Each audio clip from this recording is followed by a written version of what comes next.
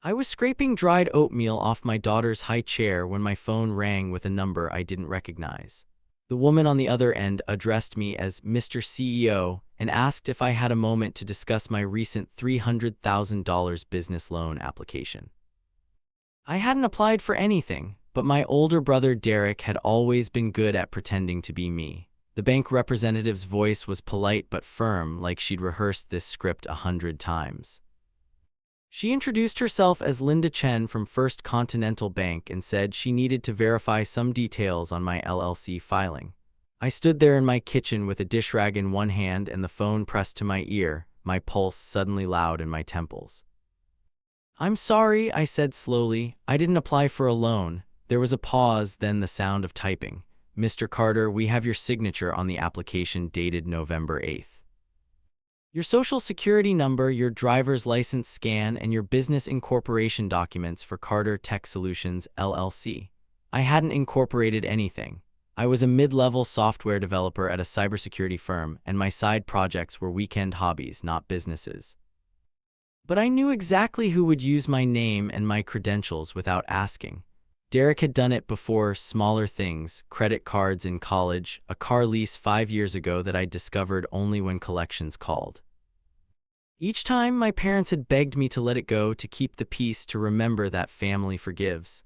"Can you hold on?" I asked Linda. I walked into the hallway where my wife Emma was folding laundry on the guest bed. She looked up, eyebrows raised. I mouthed Derek and watched her face harden. Linda was still waiting when I came back. "I need to come in," I told her, "tomorrow morning, and I need copies of everything." She agreed, gave me an address downtown, and said she'd flag the account. After we hung up, I sat down at the kitchen table and pulled up my credit report on my laptop. There it was, a new hard inquiry from First Continental, a business loan approval for $300,000, and a freshly minted LLC in my name with an address I didn't recognize. My hands were shaking. Emma came in and stood behind me, reading over my shoulder. "He did it again," she said quietly. "He did it again," I echoed. This time felt different. The numbers were bigger, the lie more elaborate. Derek had always been the charming one, the one who could talk his way out of trouble, who borrowed money from our parents and never paid it back, who cycled through jobs and girlfriends and business ideas that collapsed as soon as they started. I was the responsible one, the boring one, the one who showed up and kept my head down and never made waves. And Derek had traded on that my whole life. "What are you going to do?" Emma asked. I didn't answer right away. I thought about the last family dinner 3 weeks ago, Derek arriving late with a new watch and a story about a tech startup he was launching. He'd clapped me on the shoulder and asked how my little coding gig was going, and I'd smiled and said fine, because that's what I always did. Our parents had beamed at him, asked questions, toasted his success. No one had asked me anything. "I don't know yet," I finally said, but I was lying. I knew exactly what I was going to do. I was going to let Derek keep digging until he buried himself, and then I was going to make sure everyone saw it. The next morning, I took a personal day and drove downtown to the bank. First Continental occupied the bottom 3 floors of a glass tower near the financial district, all polished marble and ambient lighting. Linda met me in a conference room on the 2nd floor. She was younger than I'd expected, maybe 30, with sharp eyes and a folder thick with paperwork. "Thank you for coming in so quickly," she said, sliding the folder across the table. "We take fraud very seriously." I opened it and started reading. The loan application was a masterpiece of fakery. My signature, or a very good imitation, appeared on a dozen pages. The business plan described Carter Tech Solutions as a cybersecurity consulting firm with projected revenues in the millions. There were fake client testimonials, a fabricated portfolio of past projects, even a photoshopped picture of me shaking hands with someone I'd never met at a conference I'd never attended. "This is all fake," I said. Linda nodded. "We suspected as much when you called. But the documentation was very thorough. Your brother is talented. He's had practice," I said. She asked me questions, took notes, and explained that the bank would freeze the loan and open an investigation. But the money had already been disbursed 3 days ago into an account under the LLC's name. Derek had moved fast. I asked if I could get copies of the account activity, and Linda hesitated, then said she'd see what she could do. When I left the bank an hour later, I had a USB drive with scanned documents and a plan forming in my head. I didn't call Derek. I didn't call my parents. I went home, kissed Emma, and started digging. My brother stole my identity to get a $300K loan. Then the bank called me, Mr. CEO, cold open. I was scraping dried oatmeal off my daughter's high chair when my phone rang with a number I didn't recognize. The woman on the other end addressed me as Mr. CEO and asked if I had a moment to discuss my recent $300,000 business loan application. I hadn't applied for anything, but my older brother Derek had always been good at pretending to be me. Part 1, the setup 00001000. The bank representative's voice was polite but firm, like she'd rehearsed this script 100 times. She introduced herself as Linda Chen from First Continental Bank and said she needed to verify some details on my LLC filing. I stood there in my kitchen with a dish rag in one hand and the phone pressed to my ear, my pulse suddenly loud in my temples. "I'm sorry," I said slowly. "I didn't apply for a loan." There was a pause, then the sound of typing. "Mr. Carter, we have your signature on the application dated November 8th. Your social security number, your driver's license scan, and your business incorporation documents for Carter Tech Solutions, LLC. I hadn't incorporated anything. I was a mid-level software developer at a cybersecurity firm, and my side projects were weekend hobbies, not businesses. But I knew exactly who would use my name and my credentials without asking. Derek had done it before: smaller things, credit cards in college, a car lease 5 years ago that I'd discovered only when collections called. Each time, my parents had begged me to let it go, to keep the peace, to remember that family forgives. "Can you hold on?" I asked Linda. I walked into the hallway where my wife Emma was folding laundry on the guest bed. She looked up, eyebrows raised. I mouthed Derek and watched her face harden. Linda was still waiting when I came back. "I need to come in," I told her. "Tomorrow morning, and I need copies of everything." She agreed, gave me an address downtown, and said she'd flag the account. After we hung up, I sat down at the kitchen table and pulled up my credit report on my laptop. There it was, a new hard inquiry from First Continental, a business loan approval for $300,000 and a freshly minted LLC in my name with an address I didn't recognize. My hands were shaking. Emma came in and stood behind me, reading over my shoulder. "He did it again," she said quietly. "He did it again," I echoed. This time felt different. The numbers were bigger, the lie more elaborate. Derek had always been the charming one, the one who could talk his way out of trouble, who borrowed money from our parents and never paid it back, who cycled through jobs and girlfriends and business ideas that collapsed as soon as they started. I was the responsible one, the boring one, the one who showed up and kept my head down and never made waves. And Derek had traded on that my whole life. "What are you going to do?" Emma asked. I didn't answer right away. I thought about the last family dinner 3 weeks ago, Derek arriving late with a new watch and a story about a tech startup he was launching. He'd clapped me on the shoulder and asked how my little coding gig was going, and I'd smiled and said fine, because that's what I always did. Our parents had beamed at him, asked questions, toasted his success. No one had asked me anything. "I don't know yet," I finally said, but I was lying. I knew exactly what I was going to do. I was going to let Derek keep digging until he buried himself, and then I was going to make sure everyone saw it. The next morning, I took a personal day and drove downtown to the bank. First Continental occupied the bottom 3 floors of a glass tower near the financial district, all polished marble and ambient lighting. Linda met me in a conference room on the 2nd floor. She was younger than I'd expected, maybe 30, with sharp eyes and a folder thick with paperwork. "Thank you for coming in so quickly," she said, sliding the folder across the table. "We take fraud very seriously." I opened it and started reading. The loan application was a masterpiece of fakery. My signature, or a very good imitation, appeared on a dozen pages. The business plan described Carter Tech Solutions as a cybersecurity consulting firm with projected revenues in the millions.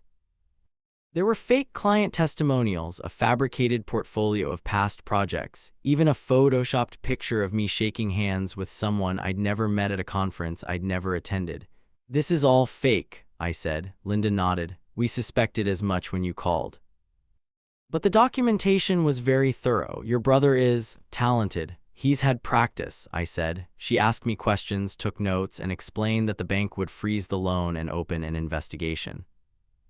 But the money had already been disbursed 3 days ago into an account under the LLC's name. Derek had moved fast. I asked if I could get copies of the account activity, and Linda hesitated, then said she'd see what she could do. When I left the bank an hour later, I had a USB drive with scanned documents and a plan forming in my head. I didn't call Derek. I didn't call my parents. I went home, kissed Emma, and started digging. Part 2, the investigation 10-00-2000. That night, I sat in my home office and went through every page of the loan application. Derek had used my real social security number, my real driver's license, and what looked like a scan of my actual signature from an old tax document. He'd registered the LLC with the state using a mail forwarding service in a strip mall across town. The business address on file was a parking space downtown that rented desks by the month. I pulled up the LLC's public filings. Derek had listed himself as COO and me as CEO. There was a third name I didn't recognize, Marcus Webb, listed as CFO. I ran a search and found a LinkedIn profile for a Marcus Webb who described himself as a financial strategist and startup advisor.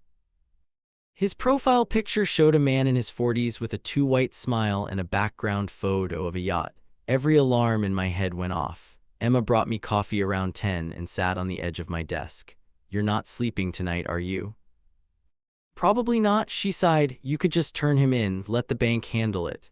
"I could," I said, "but that won't stop him. He'll charm his way out of it, blame someone else, and our parents will bail him out again. I want him to face it. I want everyone to see what he really is." Emma was quiet for a moment. "You're angry. I've been angry for 20 years. She squeezed my shoulder and left me to it. I kept digging. By midnight, I'd traced the LLC's bank account activity.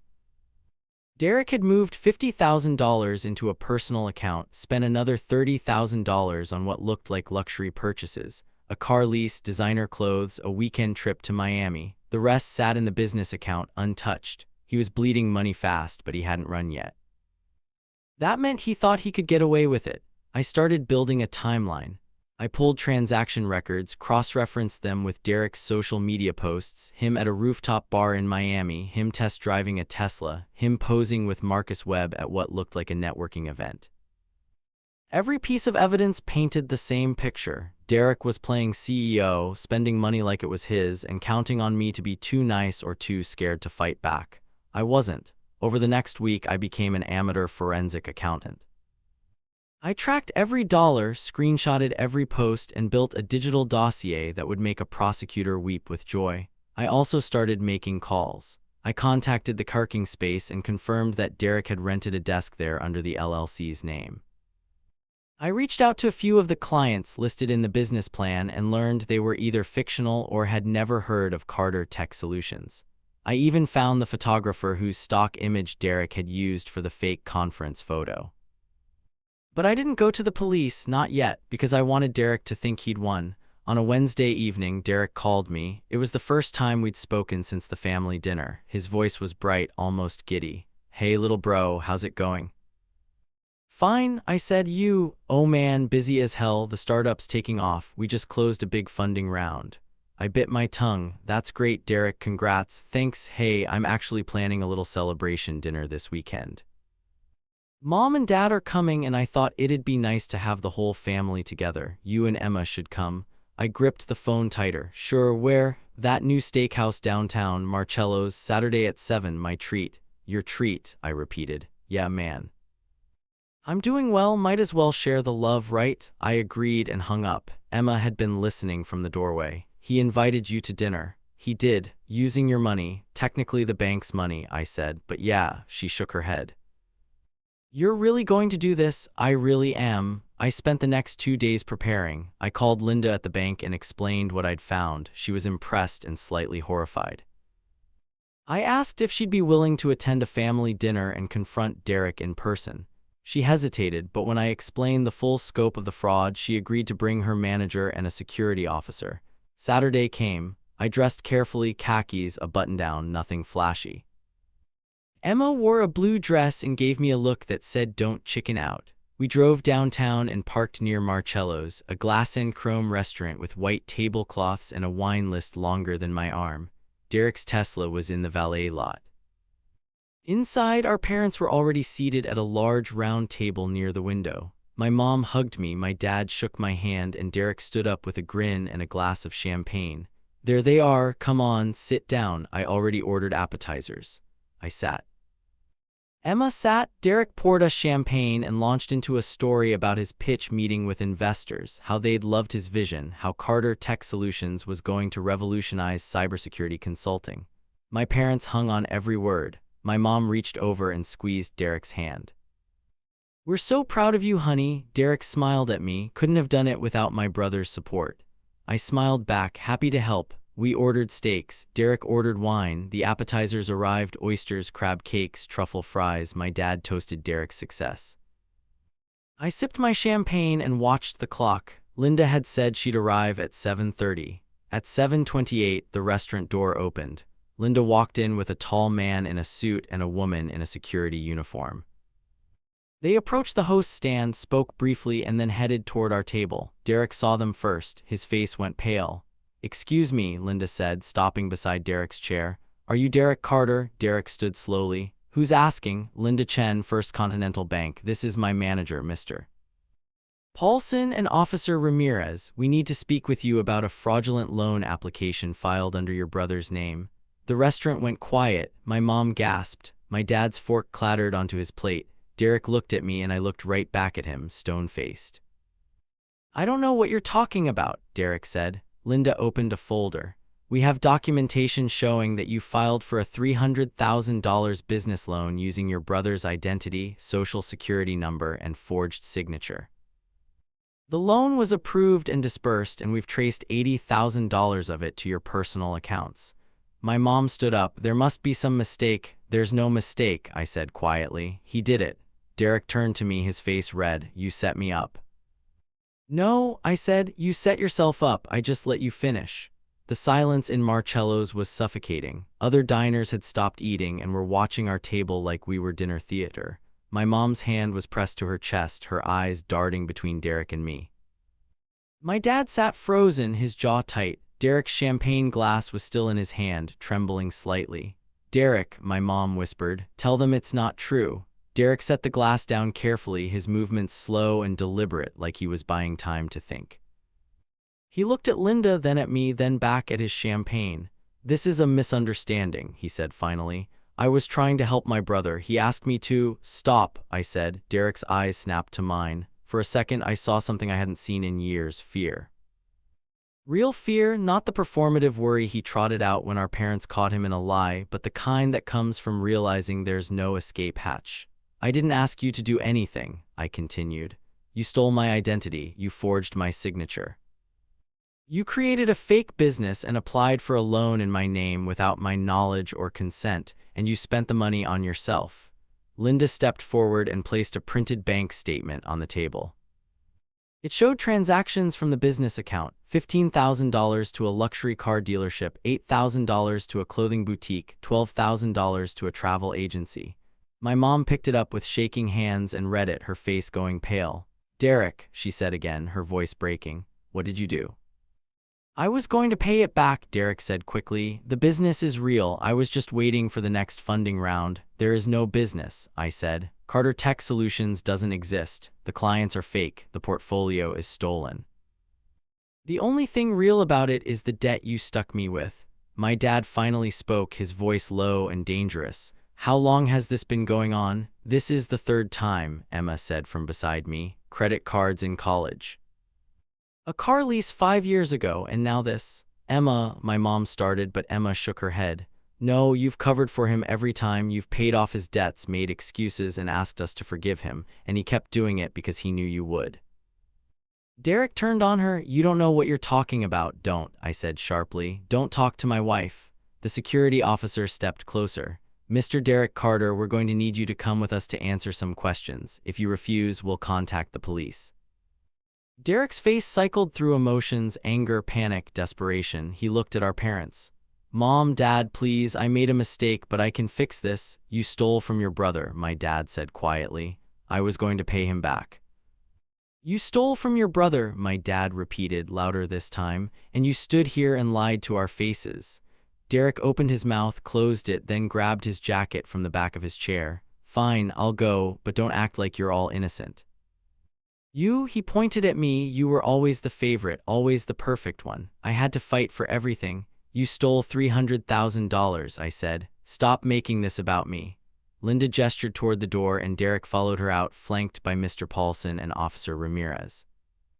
The restaurant slowly returned to its hum of conversation, but our table stayed silent. My mom was crying quietly into her napkin. My dad stared at the bank statement like it was written in a foreign language.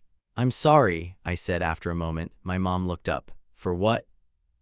For doing it this way, but I needed you to see it, all of it. She wiped her eyes and nodded slowly. You're right, we've been enabling him. For years, Emma added gently. My dad pushed the statement away like it burned him. I'll call our lawyer, we'll figure out how to handle this. I already have a lawyer, I said, and I'm pressing charges. My mom flinched. He's your brother and he's a criminal, I said. Mom, I love you, but if I don't do this, he'll do it again. To me or to someone else. She didn't argue, she just cried. My dad reached over and took her hand and they sat there together, looking smaller than I'd ever seen them. I felt a pang of guilt, sharp and immediate, but I pushed it down. This wasn't cruelty. This was consequence. We didn't finish dinner. I paid the bill with my own credit card, one Derek hadn't stolen, and we left. Outside, Emma took my hand as we walked to the car. How do you feel? She asked. Tired, I said, and angry and relieved. Good. We drove home in silence. When we got there, I went straight to my office and sat in the dark for a while, staring at the pile of documents I'd assembled. Somewhere across town, Derek was probably getting booked or questioned or calling a lawyer. I didn't feel triumphant. I just felt empty. Emma found me an hour later. She sat on the floor beside my chair and leaned her head against my knee. You did the right thing, she said. Then why does it feel so bad? Because he's your brother. And you love him even though he's a liar and a thief. She looked up at me. But love doesn't mean letting him destroy you. I nodded. She was right. I knew she was right, but knowing didn't make it easier. The next morning, Linda called. Derek had admitted to the fraud during questioning and was cooperating with the bank's investigation. The loan would be canceled, the LLC dissolved, and I wouldn't be held liable for any of the debt. The bank was also filing a police report. I thanked her and hung up. 2 days later, my mom called. She asked if I'd come over to talk. I hesitated, then agreed. Emma offered to come with me, but I went alone. My parents' house looked the same as always, neat lawn, flower boxes, the mailbox I'd helped my dad install when I was 15. My mom answered the door and hugged me without saying anything. Inside, my dad was sitting at the kitchen table with a mug of coffee. He gestured to the chair across from him and I sat. My mom made tea and joined us. For a long time, nobody spoke. We're not bailing him out this time, my dad finally said. I looked up, surprised. We talked to a lawyer, he continued. Derek's facing criminal charges, the bank's suing, and we're not going to pay his legal fees or cover his debts. We told him as much yesterday. My mom's eyes were red. He was angry. He said terrible things, but your father's right. We've been protecting him for too long. I didn't know what to say. I'm sorry, I managed. Don't be, my dad said. You were right to do what you did. We should have done it years ago. We talked for another hour. They asked about Emma and my daughter. I asked how they were holding up. It was tentative and awkward, but it was something. When I left, my mom hugged me again and whispered, I'm proud of you. I cried in the car on the way home. The weeks that followed were a strange mix of relief and grief. Derek was officially charged with identity theft and fraud. The district attorney's office called me twice to go over my testimony. I gave them everything: documents, timelines, screenshots of Derek's social media posts showing him spending the stolen money. They said it was one of the clearest cases they'd seen in years. Derek hired a lawyer, but it didn't matter. The evidence was overwhelming. He tried to plead down to a lesser charge, but the DA wasn't interested in deals. He'd stolen a substantial amount, forged government documents, and created an elaborate scheme to do it. The judge set a trial date for early spring. I didn't talk to Derek. He called once late at night and left a voicemail that was equal parts apology and accusation. I hope you're happy, he said at the end. You got what you wanted. You destroyed me. I deleted it. My parents struggled. My mom stopped posting on Facebook. My dad took a leave of absence from his volunteer work at the community center. They were ashamed, and I hated that I was part of the reason why, even though I knew I'd done the right thing. Emma reminded me of that constantly. So did Linda from the bank, who sent me a handwritten note thanking me for my cooperation and saying she hoped I found peace. Peace felt far away. One Saturday in early December, I was raking leaves in the front yard when a silver sedan pulled up to the curb. A man in his 50s got out, dressed in jeans and a flannel shirt. He looked vaguely familiar, but I couldn't place him. "You're the carter who's not Derek, right?" he asked, walking up the driveway. I set the rake down. "Yeah, who are you?" "Paul Hendricks." "Derek scammed me too." He held out his hand and I shook it, confused. "About 3 years ago, he convinced me to invest in a tech startup, said you were his partner. Showed me incorporation papers, a business plan, the whole 9 yards. I gave him $25,000. Never saw a dime." I stared at him. I didn't know. I figured. I saw the news about the bank fraud and thought I'd reach out. I filed a police report back then, but nothing came of it. Derek just vanished. Guess he moved on to bigger targets. I invited Paul inside, made coffee, and listened to his story. It was painfully familiar: Derek's charm, the fake documents, the promises that never materialized. Paul had eventually written the money off as a loss and moved on, but the anger in his voice was fresh. "I just wanted you to know," he said, "in case it helps your case." I gave him the DA's contact information and thanked him. After he left, I sat on the couch and stared at the ceiling. How many other people were out there? How many lives had Derek damaged while our parents looked the other way? Emma found me there an hour later. "You okay?" "No," I said, "but I will be." She sat beside me. "You know this isn't your fault, right?" "I know. Do you, though?" She turned to face me. "Because I see you carrying this guilt, and it's not yours to carry. Derek made his choices. Your parents made theirs. You're the only one who actually tried to stop it." I leaned into her. "I just keep thinking if I'd done something sooner, maybe nothing," she said firmly. "Derek is a grown man. He knew what he was doing, and you gave him chance after chance. This is on him." I wanted to believe her. I was trying to believe her. But the guilt was stubborn, clinging to me like smoke. The trial was set for March, but Derek's lawyer negotiated a plea deal in February. Derek pled guilty to felony fraud and identity theft in exchange for a reduced sentence: 3 years in prison, 5 years probation, and restitution to the bank and to me. The DA called to let me know, and I thanked her, then sat in my office and cried. Emma held me that night and didn't say anything. She didn't have to. A week before Derek was scheduled to be sentenced, he sent me a letter. It arrived in a plain white envelope with his handwriting on the front. I almost threw it away, but Emma convinced me to open it. The letter was 2 pages long. Derek apologized, really apologized, without deflection or excuses. He admitted he'd been jealous of me, resentful of my stability and success, and that he'd spent years trying to prove he was just as good, just as smart. He said he knew he'd destroyed any chance of a relationship with me, and that he didn't expect forgiveness. He just wanted me to know he was sorry. I read it 3 times, then put it in a drawer. I didn't respond. At the sentencing hearing, I gave a victim impact statement. I stood at the podium in the courtroom and looked at Derek, who sat at the defense table with his head down. I talked about the years of betrayal, the financial stress, the emotional toll. I talked about how hard it was to trust anyone now, even people who'd done nothing wrong. And I talked about how much it hurt that my own brother had seen me as a mark instead of family. Derek cried. The judge sentenced him to 3 years, just like the plea deal promised. As the bailiff let him out, he looked at me one last time. I looked back, and then he was gone. The months after Derek's sentencing were quieter. Spring came, and with it a tentative sense of normalcy. I went back to work, started therapy, and tried to rebuild the parts of myself that Derek's betrayal had fractured. Emma was patient, my daughter was oblivious and joyful, and my parents slowly began to reach out again. My mom invited us to Sunday dinner in late April. I hesitated, but Emma encouraged me to go. We arrived to find the table set with my mom's good china and a pot roast in the oven. My dad hugged me, stiff but sincere, and we sat down to eat. The conversation was careful at first, talk of weather and work and my daughter's new obsession with dinosaurs, but eventually my mom brought up Derek. "I visited him last week," she said quietly. I set down my fork. How is he? Adjusting. He's in a minimum security facility upstate. He's taking classes, working in the library. She paused. He asked about you. I didn't know what to say to that. My dad cleared his throat. He knows you're not coming to see him.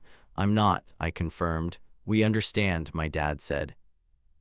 We're not asking you to, we just wanted you to know he's trying to change. I nodded. I didn't believe it, not really, but I didn't say that. Change was hard and Derek had a long road ahead. Whether he walked it or not wasn't my responsibility anymore. After dinner, my mom pulled me aside while Emma played with my daughter in the living room. She took my hands and looked me in the eye. I'm sorry, she said, for not seeing it sooner. For protecting him at your expense, you deserved better. I squeezed her hands. Thank you. We hugged and something in my chest loosened. Not forgiveness, not yet, but maybe the beginning of it. That summer, I started working on a new side project. Not a business, just something for me, a security tool to help people detect identity fraud early. I named it Safeguard and built it slowly on weekends and late nights with no pressure or deadlines. Emma called it my therapy project, and she wasn't wrong.